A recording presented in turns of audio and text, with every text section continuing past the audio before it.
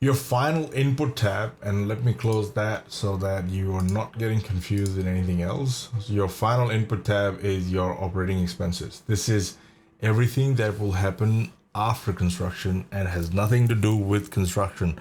It has to do with operating the leased properties that as a business, once everyone has moved in, everything is leased out and so on.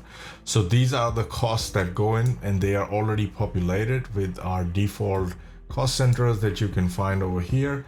Now if you go into cost code, this section here, which is all related to your all the operating costs, so it says OPEX over here.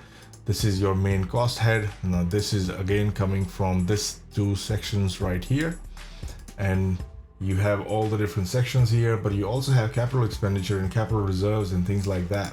Now this is something I don't really need, so I just entered some values there. So these are there, and so long as they're automatically picked up from the values that we have here, the expenditure here, then you will see that they automatically are allocated based on all the allocation is happening right here. So you'll see that what cost center that they belong to is automatically looked up and added here for your convenience. So there are different methods. You can put in a gross amount, you can put in a gross annual amount, or you can put in a gross per unit per month amount. So but if I, let's say, or you can also put percentage as a percentage of either the effective gross revenue, gross rent, total potential income. So whatever you decide, but it's got to be either or of them. So if you've got values in all of them, so let's say this is my value and I put 5,000 here and I start putting in some values here, whatever value that I've decided, they will all turn red because it's a warning telling you that, hey, you've got a value in this section, so take that out, take that out, take that out. Have only one one thing that you have decided to be, only that one little amount can go through. So I can select that as a percentage.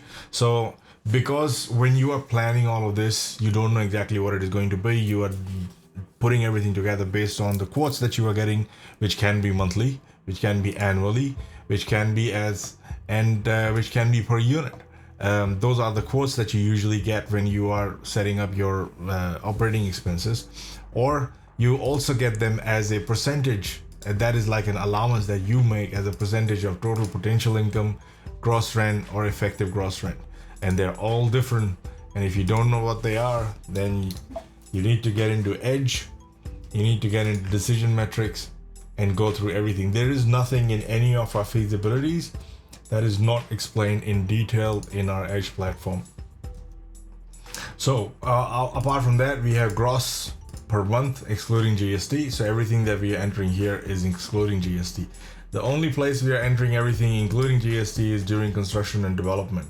Everything else, all your stuff, and also on your resi units and everything, it has to be all including GST. Everything that you're going to develop and sell.